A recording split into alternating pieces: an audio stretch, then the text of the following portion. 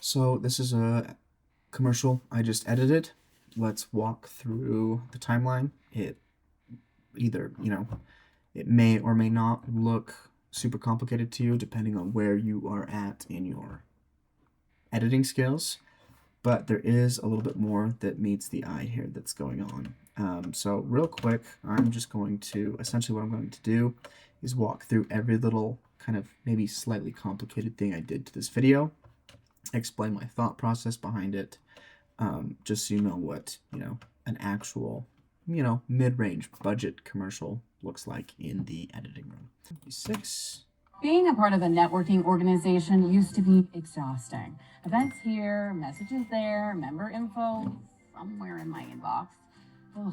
And I felt like I needed 5 of me just to keep up. Until I was introduced to Chambered In. Everything from messaging, events linked to your personal calendar, member profiles. Heard you do branding. Can we chat? Why, yes.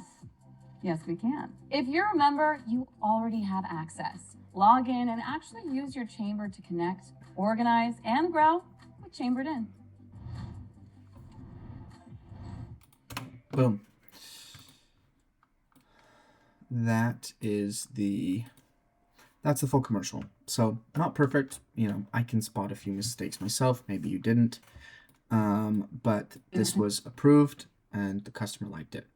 So for something like this, I want to immediately say there's a couple things I would have done differently if it was a higher paying budget, and if they were going to basically pay me for the time it took me to do some little more complicated edits. For example, right here when she goes into the computer, right here when she goes into the computer, what I would have liked to do, it would have taken me, several more hours to do a really good job of this, but I would have liked to have the actor here basically be keyframed onto the screen Chambered and zoom in and see her perfectly. I'll go over how I did it and how I kind of got around doing it the correct way and how I did it kind of the cheap, but it still looks good way. First clip, let's go into this. I'm going to mute this because it's annoying me.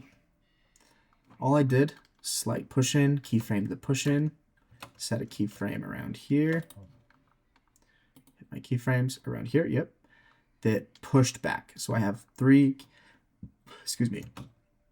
zoom out to here and stay there. And then of course I would open up keyframe, and these all have a fade in as well. So it's not just an instant jarring cut. Let's just walk through the colors real quick.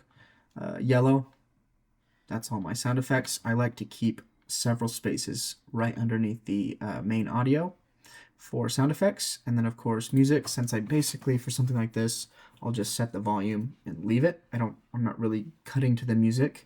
I just pick a good song and let it play. So I rarely have to touch this. With these things, when I'm changing levels and adjusting, and actually cutting the audio along with the clips, you probably want to have the on A1 or audio track 1. These clips, this is just your main clips right here. Actually, they jump up a little bit. These clips could honestly come down more. And I'm actually going to just clean this up a little bit. I'm going to select all of this and bring this down a layer 2 just to make it look a little more pretty. Text, music, sound effects, audio input, video 1, the main video track, and then text. And then for this clip right here, obviously there's a couple different ways you can do. Let's just play the clip. See how they kind of all fade in. There's a text above everyone. Well, there should be text above everyone that fades in nicely. Boom. Several ways to do this. I could have done it in the Fusion page or the color page.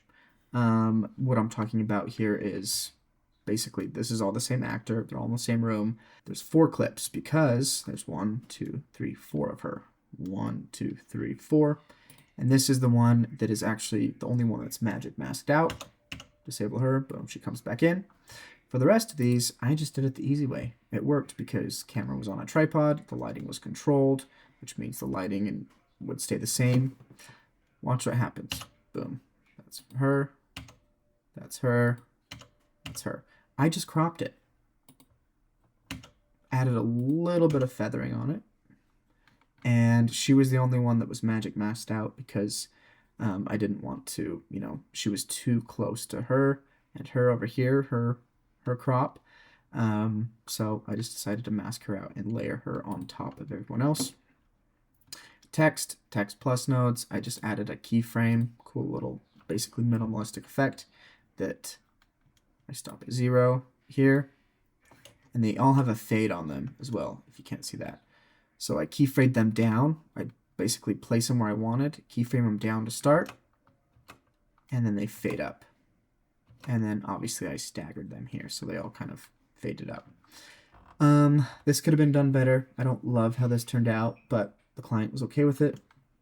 What I would have rather done is to go into Fusion and basically make a 3D text that floated above and potentially tracked them if there was more movement. But again, this worked great. The client was okay with it, and I basically just went to the transform and changed the y-axis in rotation. And that's all I did, was just make the text facing the direction that they were facing. Nothing particularly fancy about that. Moving on, this clip, just more keyframes. Keyframe at the start, keyframe it to where I want it to end up. And also there is a keyframe zoom in, is what I mean. There's also a speed ramp going on. So as you can see here, it's normal speed, and then there's I basically sped this up to 200%, and then went into the keyframes and smoothed it out so it wasn't a jarring, see how it's kind of smooth there and then it speeds up. You don't want to ever just speed this up because it'll be just normal, boom. And then it zoomed into the computer. This was my most complicated clip. There's a lot of trial and error on this. It's 15 seconds long. I'm just hitting Command D to check the duration of the clip. Shoe pans over here. That's not hard. The hardest thing the hardest part about this was the fact that this is what the original clip looked like. So obviously it's in log, so you can't see the actual colors, but this backdrop is pretty tan and pretty warm colored. And this backdrop that she's on right now, it was also too thin to punch in all the way. Because if I were to punch in to cover out these edges, it would have been just like her upper torso or like her shoulders and head. And I wanted basically her entire upper body, most of her body in the shot. So what I did was I took a screenshot from this right here, the screen right here. This is just a still image. Disable her. This is just a screenshot of her computer screen right here, so that when I blended her in, her background matched. It matched. These two clips matched, essentially, if that makes sense. And then I essentially just changed the temperature of this image to match the temperature of her actual backdrop, which was this. So I basically matched the color of this still image, warmed it up to match this backdrop. And then, so the thing that took me the longest time about this was originally I went to the color page and I tried to magic mask her. I tried to magic mask her the entire time. And I was using my clean and white, clean black, clean white filters. I was smoothing it so it basically expanded the edges. It just kept breaking because she's doing a lot of movements here. She reaches into her phone, and her pocket, and grabs a phone. And so the track and the mask just kept breaking, and it kept looking awful. And I spent way too long trying to track, and basically it would take about 12 minutes every time I tractor. Because it's a freaking long clip right here. It's not just a short little clip. So, I don't know if you already saw, but this is what I ended up doing that worked much better. I used this tool, the pen tool, to just create a big wide outline, and then see these pink. The pink, that's your inside smoothing and your outside smoothing. So I just cranked these, and it looks really good. I'm really happy. It's not perfect. When you see, it would be perfect if she didn't move, but because I keyframed her to move, if you look in the top left corner here, you'll actually see some color changes. So it's a little darker over here, a little light over here. Some of this darker color carries on over here, and it's not perfect, but the untrained eye would probably never notice it. So watch, see, boom. See, it's not perfect. If it was perfect, it would have been the same color the entire way. This is just an adjustment clip that I have keyframed a zoom in effect. So zoom in and to the left. These things pop up, boom, boom, boom, and then it zooms her back.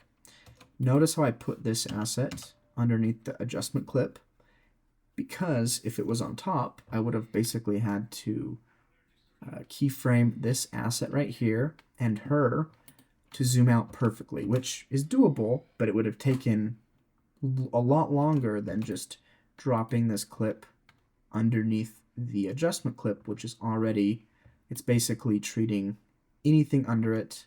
It is what it's affecting, essentially. So it's affecting her, and it's affecting this at the exact same time, which is why they both pan over at the same time. Boom. And then it just fades out. So yeah, and then it just zooms out, just a keyframe, retime speed here with smoothening on it, and then it just jumps into the logo. Boom, boom, boom. So yeah, this does not look like a Stranger Things or a, John Wick timeline, essentially. But this is, this is all you really need to be able to do to be able to get paid for, for commercials like this, even just for the editing side. The video side is obviously a lot more.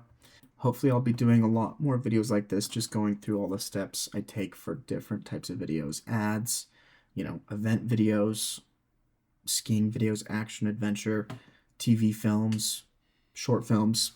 I will just kind of show you and break down the timeline and my thought process behind essentially the editing process on all those in the future. All right, let's see how that